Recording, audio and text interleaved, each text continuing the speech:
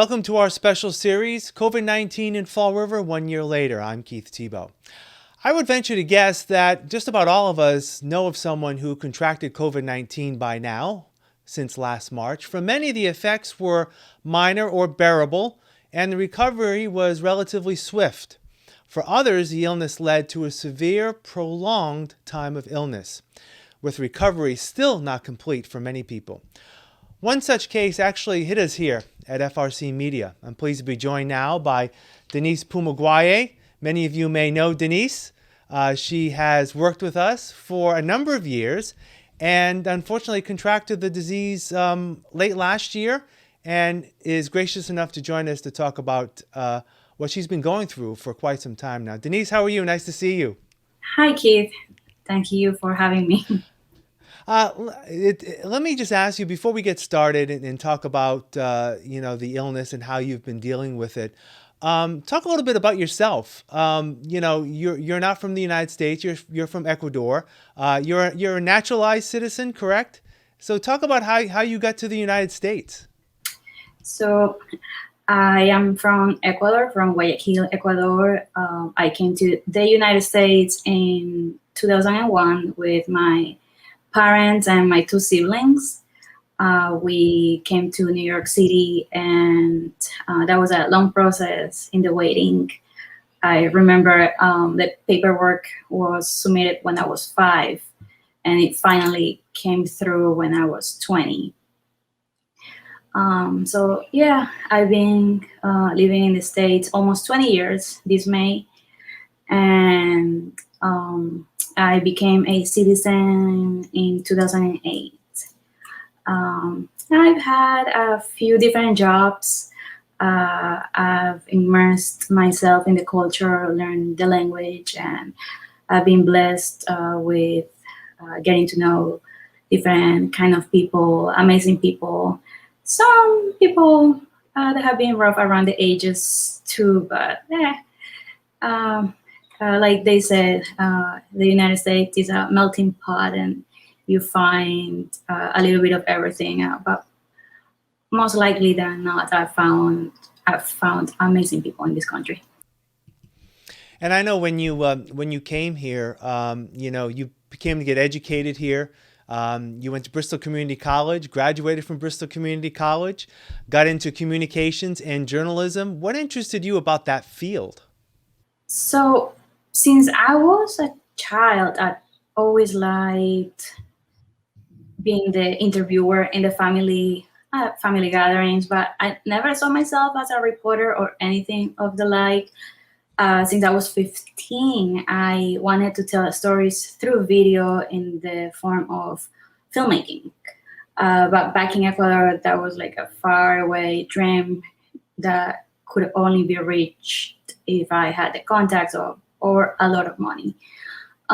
So I have put that for when I retire or something like that. And then I was 30 years old. My daughter was 2 years old at the time, and I decided to return to continue my education. So I joined Bristol Community College. And at first, I thought fine arts will be the path for me. But actually, Regina Pirro was my advisor, and she suggested communications. I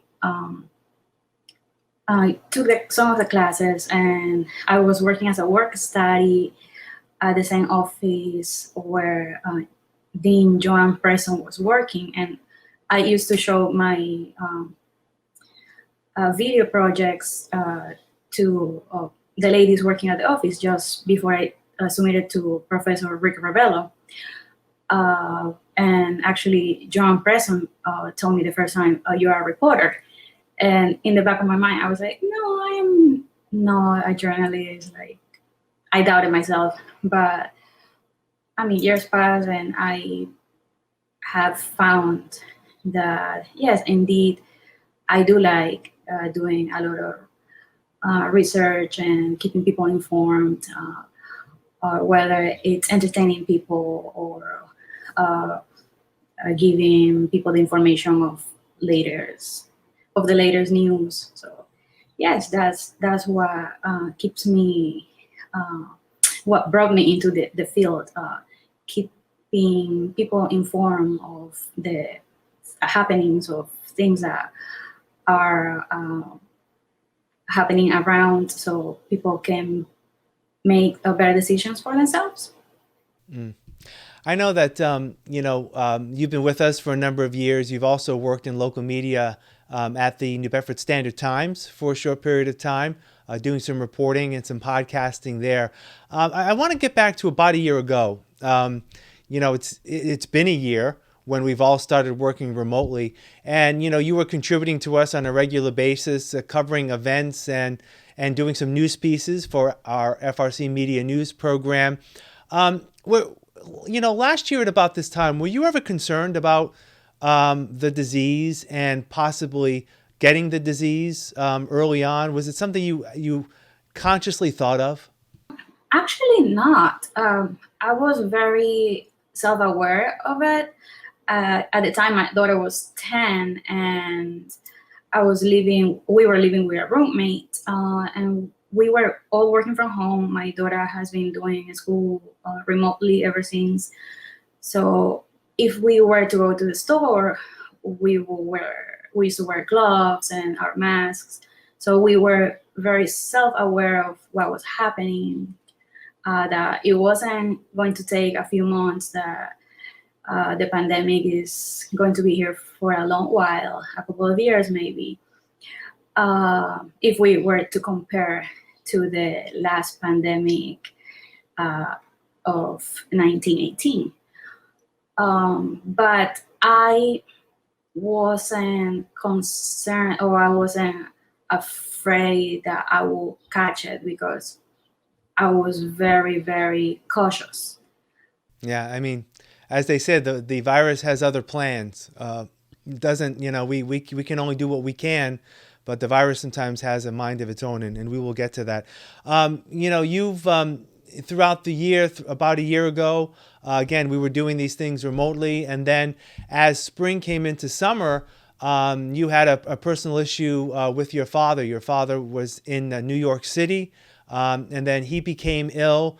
New York had been, a very strong location for a lot of COVID cases early on in the pandemic. When you went to visit your father, did you feel you had to be extra careful? Yes, I actually was very hesitant of going. There was a lot of planning. I um I didn't just drop everything and went. I had to set everything. I had to leave my daughter behind with her father, my in-laws. I didn't want to take her with me, being that there were so many more cases in New York City. Uh, and actually, my brother and I were able to visit my father the day after I arrived, because I arrived very late at night. And on Sunday, May 31st, we were able to visit him and hug him.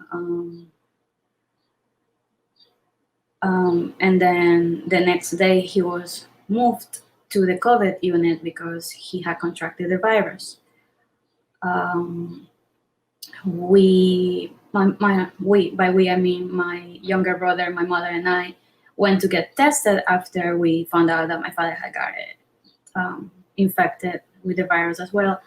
And in New York City at the time, they were providing the free swab testing, and also the free antibodies testing. So we did both, and we found out that we all were negative with COVID, but my mom and my brother had the antibodies, which meant that they had already had the virus, and they were very sick at, I think, in March of 2020. So your family, your mother and your brother, they had gotten the virus, but they didn't know at that point. They were sick in March when all of this began.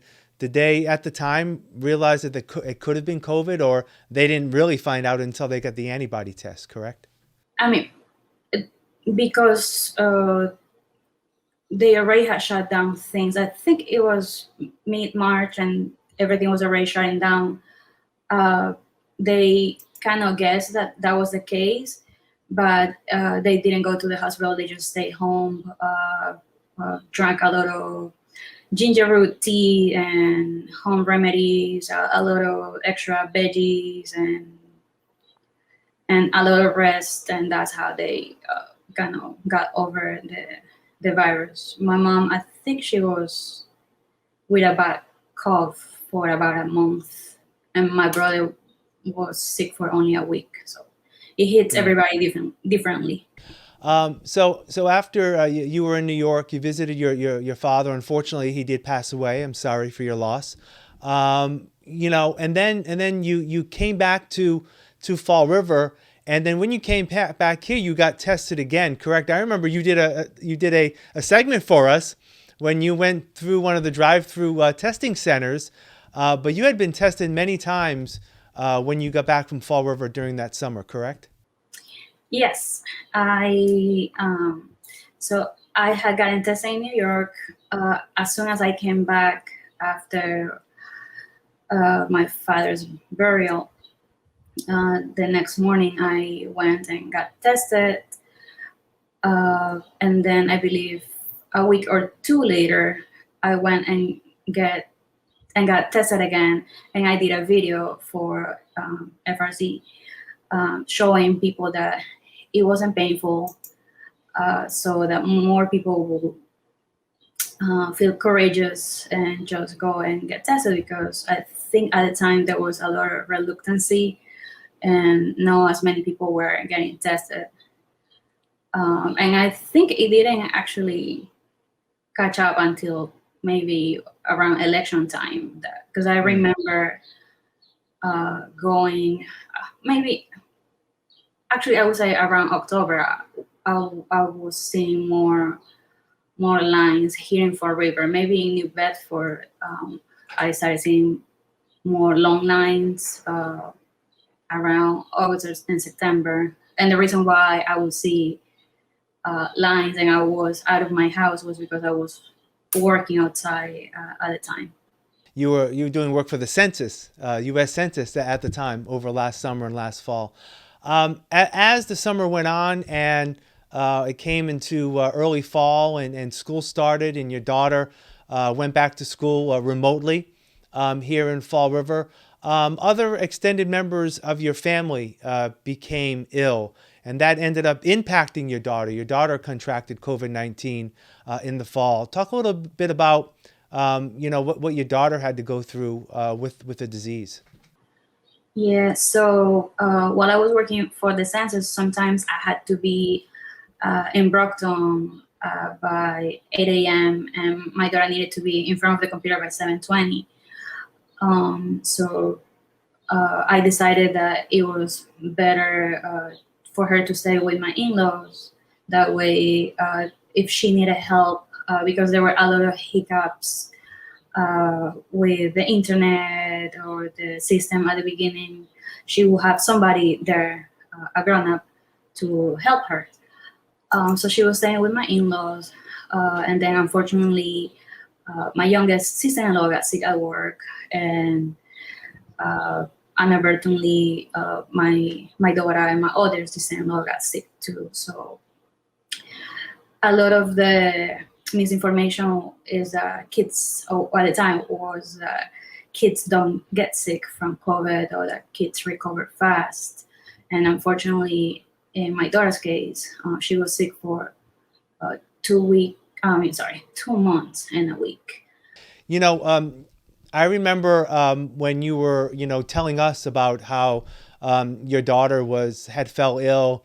You had not contracted the disease at that time, and then there was a period of time that because of your safety, your daughter had to actually stay with your in-laws, and you were sort of separated from her. How difficult was that as a mother, not being able to treat your own daughter? So, yeah, at the beginning, my sister-in-law and I decided that because they had to quarantine, the Commonwealth had contacted them and they needed to quarantine everybody who was living at the apartment at that time needed to quarantine there. Um, so we decided that Jocelyn would stay there, that my daughter would stay there. Um, and I was also in the middle of moving to a new place, so it was hard for me just to go and drop food for them. And we hadn't told her that she had the virus, so she didn't know why I couldn't hug her. I would just drop the food by the door and just wave and explain that because I had to work the next day, I didn't want to get sick because her aunt was already sick. So I just needed to protect the people that I will be working with. Um, that's what I would tell her. But it was exhausting and it was hard. It was probably the middle to the end of November, I believe, when you became sick. What were your first symptoms like, and did you put two and two together right away? I was hoping I had the flu, even though I hadn't left the house for about a month. Um, my first symptoms, I had fever, I had body aches, I had chills, and you know me for so many years, and unfortunately, I get like the flu pretty much every year. But I usually don't get chills. Um, and if I get chills once every 10 years, it's one day and that's it. But this time I got chills 3 days in a row. By Wednesday night, I started on Monday, November 16th, and then by Wednesday night, my whole body was burning. My head felt like my brain was going to explode, and it was bad. Uh, the next morning, I called my sister-in-law to ask her to take me to the urgent care. And when they checked my temperature at that time, it was 101. So I would think it might have been like 103 at night because it was bad. And I remember leaning when I went to the bathroom. I leaned on the wall, and even that hurt. Like if I tried to touch my forehead, everything hurt, and it made me cry. And usually I do tolerate pain, and it was bad. So So let me ask you, as time went on, things didn't get better for you, right? As a matter of fact, things got progressively worse. Um, Talk us through, what happened next. And, I want to talk about, some of the specific, responses you've had from COVID. But I guess talk about how the disease for you progressed to a point that for many people was not normal. about 2 or 3 weeks after I got sick was that I couldn't remember things.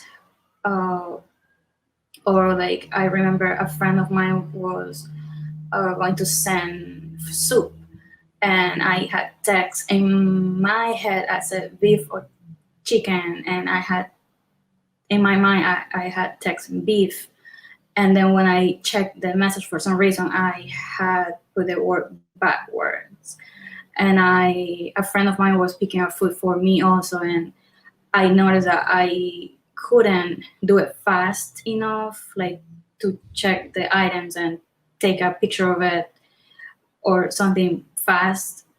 Um, I would have to write it down, and by the time that I would think of something, the next item that I wanted to order, by the time that I would think of it, and by the time that the brain would send the order to my hand to click the mouse, I would forget.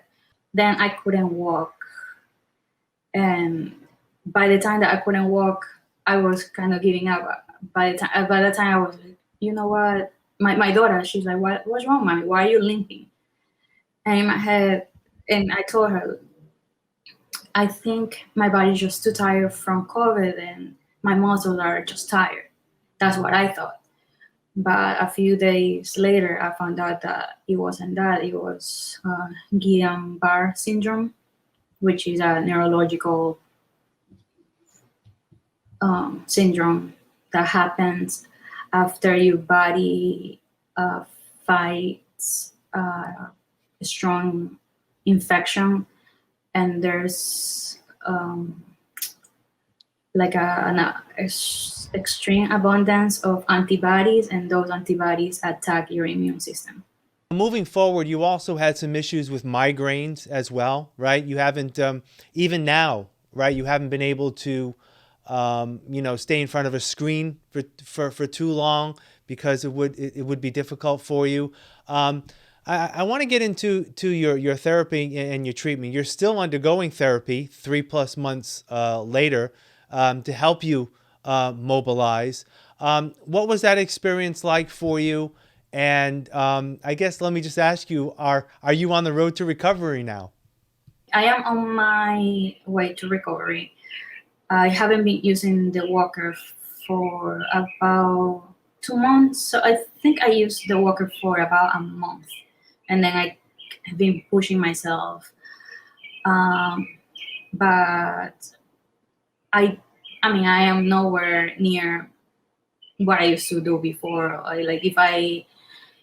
If I am out for like 4 hours, that means that I may need to rest for the next day or two, and that's part of the syndrome itself.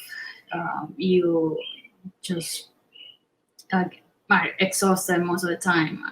I still need to take daily at least one nap, but it's an improvement from the daily 2 naps that I used to take before. And unfortunately, while I was the hospital, I did develop migraines. I had migraines for I think 17 days straight, and they gave me a treatment for that as well. And the neurologist that treated me for Guillain-Barré syndrome thinks that the migraines are part of the syndrome or the treatment, like an advert of that. And the other neurologist who treated my migraines at the hospital, she actually thinks that it is because of COVID. She actually has treated a couple of patients who, after having COVID and recovering from COVID, have developed bad headaches. She said that I was the first patient that she was treating that had developed migraines, and she was trained with this new treatment. So that took care of the very bad migraines, but I still have, I would say, like sequels of it, and I still get mild migraines, not as bad as the ones I had at the hospital. And the doctor, my regular neurologist, started me on a new set of medications because I'm still getting the headaches and like mild migraines at least twice a week. So Let me ask you, Denisse, in terms of moving forward, are you going to be eligible to get the vaccine when you're available to? Do you know if are your doctors going to recommend that you do that? So I haven't checked with my PCP yet, but I did have an appointment for a follow-up with her back in January, and back then she recommended to skip the flu vaccine just because of how Guillain-Barré affects the immune system. So I am kind of on the fence about the COVID-19 vaccine as well. Well, Denisse, I'm so sorry that this happened to you. We miss you at FRC Media. We hope you're back with us very, very soon. I know that no one should have to go through what you went through, and you're battling through it. I want to thank you for your time and joining us today. Get well soon, because, as I said, we miss you at FRC Media. We want you back real soon. I miss you too, guys, and let's just keep on taking one day at a time. And I mean, for those who are eligible to get vaccinated, go ahead. And I mean, I have plenty of friends who keep on asking me that question. I mean, are you going to get vaccinated? And I'm still on the fence right now. From what I've heard, it's like a 33.333% chance of either I continue with the same symptoms, they might get worse, or they might get better. So I'm on the fence of it. But for those who are eligible, who don't have any other problems that will be holding them back, go ahead. And even while vaccinated, continue wearing your mask and be aware that this is nothing to joke about. It's very real, and the consequences can be very lasting. Yeah. All right, Denisse, thank you for your time. I appreciate it. Take care. You too. Take care. And thank you for joining us here in FRC Media. I'm Keith Tebow. Have a great day.